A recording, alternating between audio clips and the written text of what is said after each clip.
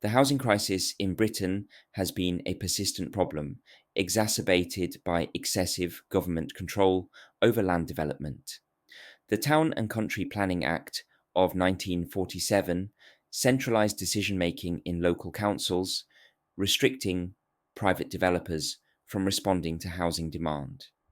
This has resulted in bureaucratic delays, artificial housing shortages, and skyrocketing prices. Instead of enabling construction where it's most needed, planning laws have empowered NIMBY, not in my backyard, opposition, blocking new projects, and keeping supply far below demand. The core issue is not a lack of land or resources, but over-regulation that prevents efficient housing development. Now, the Labour government is introducing a new planning and infrastructure bill aimed at tackling this crisis. However, instead of reforming the root causes of Britain's broken planning system, the bill merely makes minor adjustments, redefining green belts, reducing bureaucratic hurdles, and giving councils more compulsory purchase powers. While these changes may bring incremental improvements, they fail to address the fundamental problem. The government still exerts too much control over where and how homes are built. History has shown that state-led development is inefficient.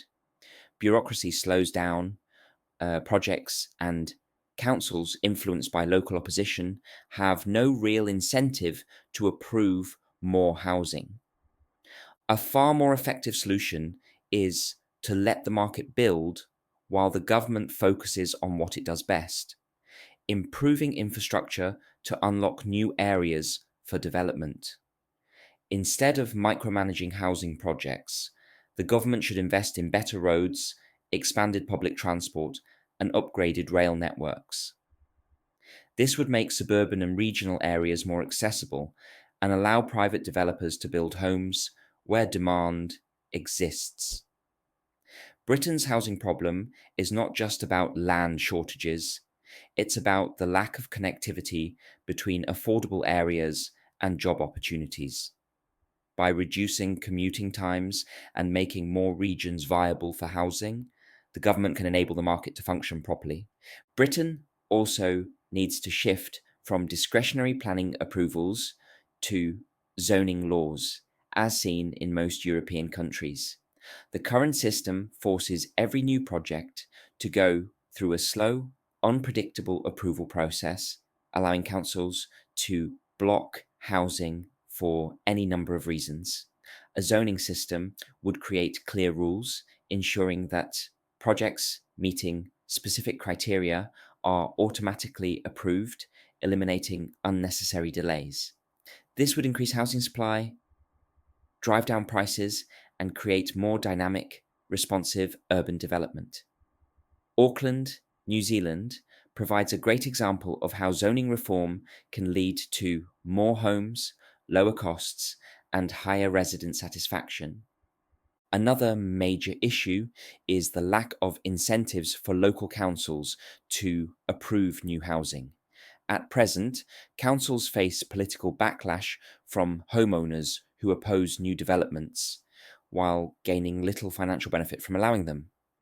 The government should introduce tax revenue sharing schemes or financial incentives for councils that approve housing projects. This would shift their mindset from blocking development to actively encouraging it, making planning decisions more aligned with national growth priorities. Finally, Britain must embrace high-density housing in key urban centres. Cities like London, Manchester, and Birmingham need more apartments, mixed-use developments, and vertical expansion. Instead of treating urban areas as if they should remain frozen in time, policymakers must adapt to modern housing needs. The government already has special development powers to make building in cities easier, but has shown no interest in using them. If housing is to be built efficiently, it should be done where people want to live. not just where there's the least opposition. Britain's restrictive planning system is the biggest obstacle to solving the housing crisis, and Labour's approach does too little to fix it.